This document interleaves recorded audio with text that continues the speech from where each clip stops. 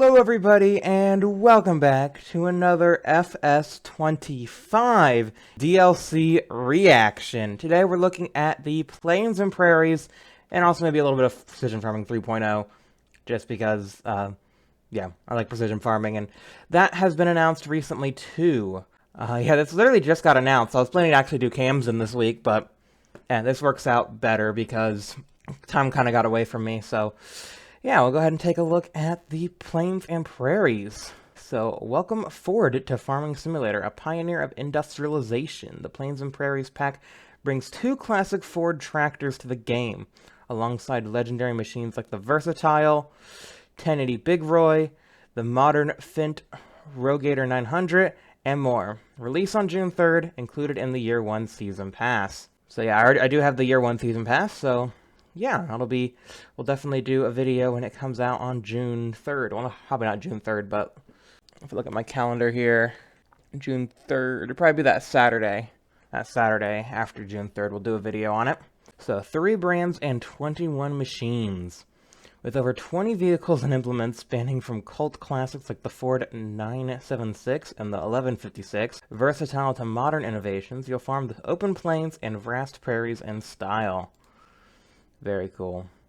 The Plains and Prairies pack features 3 new brands, Ford, GEA, and Trout River, as well as returning manufacturers Brandt, Fent, International, Salford, Vanderstad, and Versatile. As the fleet grows, so does the attention to detail.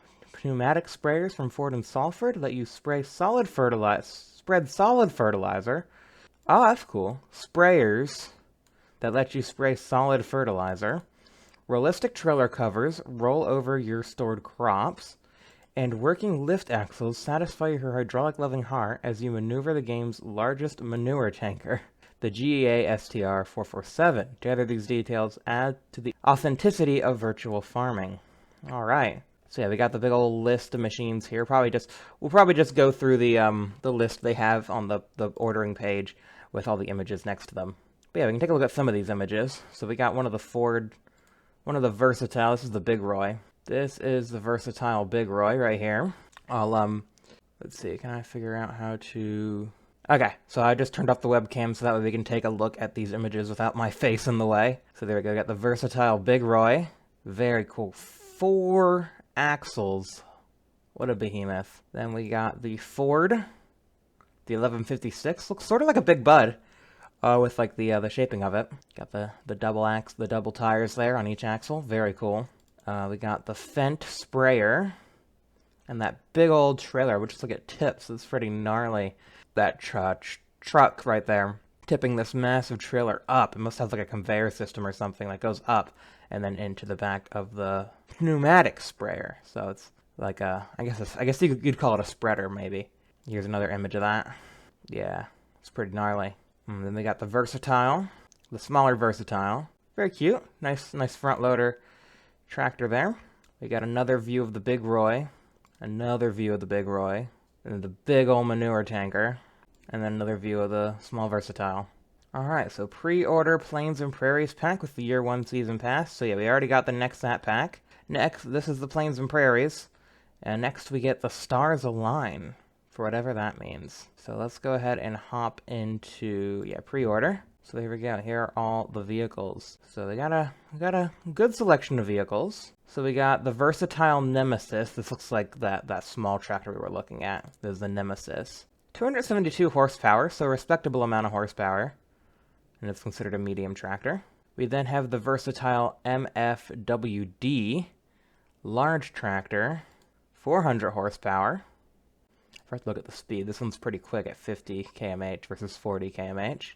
We'll just go through the versatiles. So then we have the 976, 20 kilometers an hour, so slow thing, but 365 horsepower, which is a bit less than the range of this guy. It's more than the range of this guy.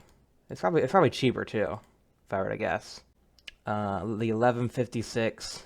470 horsepower, so yeah, just an upgrade over the 976.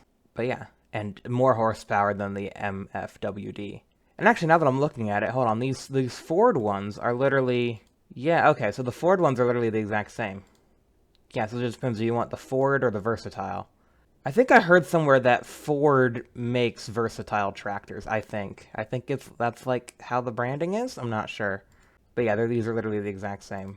Yeah, the 1156 Versatile, but in Ford colors instead. So interesting. We then have the Big Roy, 1080 Big Roy, 600 horsepower, so the most horsepower out of anything here. And then we have the Delta Track, which, oh, never mind, that has the most horsepower. If you crank it up all the way to 665. That's got the most horsepower, and it can go a little bit faster. But I'm guessing this one's going to be a pricey boy. Compared to this one, might be a little bit cheaper for a similar amount of horsepower, just because you're sacrificing that speed. Which, you know, if you're in a field, speed doesn't really matter. It's just if you're trying to go from field to field, then that's when you're really going to want the high speed. And speaking of speed, we got a new International LT Series truck. Very nice. Always good to have more trucks in the game. Again, I hope I'm able to afford some of this stuff on one of the series eventually once we get to FS25. I'm not even sure when we're going to start getting into FS25 at this point, but hopefully it's in the near future.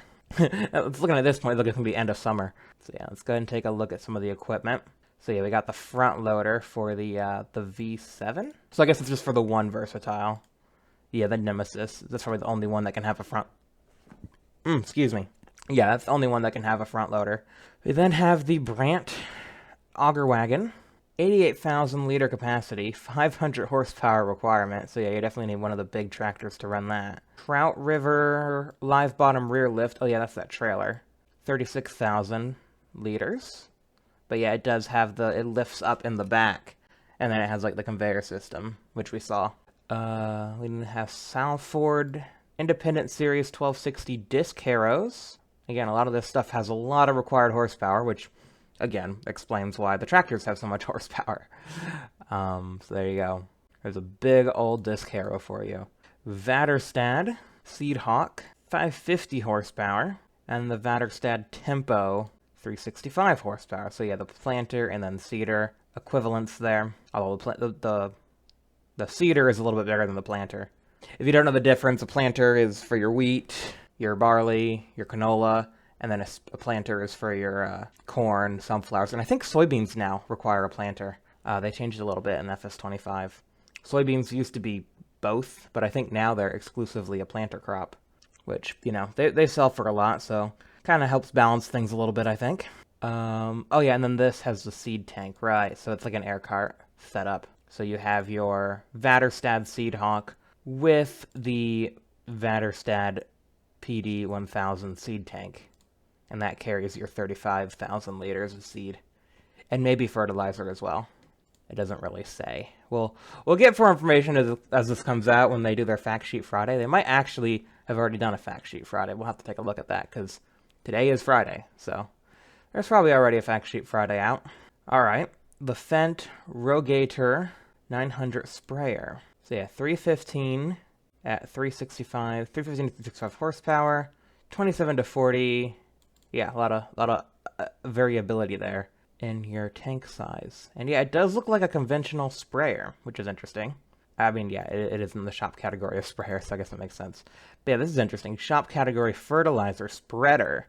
This Salford Air Boom applicator. So yeah, this is the thing that's like like a spreader, but it's the air boom, which is interesting. If it could be used for lime, that's also really interesting. So yeah, it's kind of cool. You can use solid fertilizer instead of liquid fertilizer. And I think solid fertilizer is cheaper anyway, too. So that could be a good way to get back some of your investment. And then, of course, we get to the GEA slurry stuff. 220 horsepower, 16 meter, 21,000 liter. And then 350 horsepower, 16 meter, 3,500 liters. So yeah, a little bit bigger for a little bit more horsepower. Yeah, you can see it's the same. The 8D versus the 6D. And the 4800 versus the 7900. So you can tell they're kind of similar. Just one's a bigger model. And then we have the slurry transport for the semi-trailer. The semi-trailer slurry transport. So yeah, that's basically everything here. Yeah, it costs only $8.99 if you order it right now. 10% off until June 3rd. But yeah, I've already bought the season pass, so I don't need to worry about that. So let's see. Have they announced anything else? No, I don't think they've done any, they definitely haven't done any fact sheets yet. They might be coming out soon, I'm not sure. Anyway, let's go ahead and just hop on to Precision Farming 3.0 as well, and cover some of the new stuff. So yeah, Farming Simulator 25 gets a substantial boost in realism with Precision Farming 3.0. Yeah, so Precision Farming, they add on to it a little bit each year, and I think, yeah, we'll definitely cover this the same time we cover the Plains and Prairies pack, just because I think they'll kind of go together and be kind of cool. So yeah, we have our new thing is tram lines and subsidies. So yeah, in this new and improved iteration of Precision Farming, tram lines help you plant like a pro, guiding your machinery along the same path each time for cleaner fields and healthier crops. This is something that I actually noticed when we were messing with the Nexat pack, that it would create tram lines, because it had a sprayer mode, but it would create tram lines. And this is realistic. This is basically what you have to do in real life. Because even with row crop tires, like the narrow tires that you have in the game, you're going to crush crops. It's not like you put narrow tires on and nothing gets crushed. Stuff's going to get crushed. So tram lines are basically lines in the field that you don't plant. You don't plant these lines because you know you're going to have to drive over them. So that's what you can see in this image up here with this trailer, and I'll go ahead and link the trailer up in the card up over there somewhere. So yeah, that's pretty cool. But yeah, if you're planting catch crops like oilseed radish, you'll get rewarded with in-game subsidies for choosing eco-friendly nitrogen-saving methods over standard fertilizing, just like the real deal. So yeah, we got the tram lines and then also subsidies for planting catch crops, pulse width modulation and section control. Precision Farming 3.0 also adds some cool tech. Pulse width modulation, a fancy name for sprayers that can adjust the output on the fly instead of just blasting fertilizer non-stop. Pulse width modulation allows the nozzle to do its own thing, pulsing out just the right amount depending on your speed or turns. That means less waste and better coverage. We also added automatic section control. Your machines will now switch individual parts on or off as needed. No more overspraying or missing spots. It's cleaner, smarter, and better for the environment. So yeah, you can see the difference here. With pulse width modulation, you can see that this sprayer is spraying more than this one, and you get a nice even coverage, whereas with this one, you get kind of splotchy, uneven coverage everywhere. You've got 6 machines to play with in this update, including the John Deere R975i sprayer, and the HA body swap system. Ever wanted to turn a trailer into a high-end slurry tanker? Now you can with the Weinhoff 25200 PTW Profi line that comes with the manure sensor. Oh, is it like sort of like that IT runner thing? Where it's like you have the different modules and you can swap them out? I bet that's what that is. And for those of you sticking with other sprayers, you can update them with the PTX Trimble Weed Seeker 2 sensors to spot prey weeds like a boss. Simply retrofit them.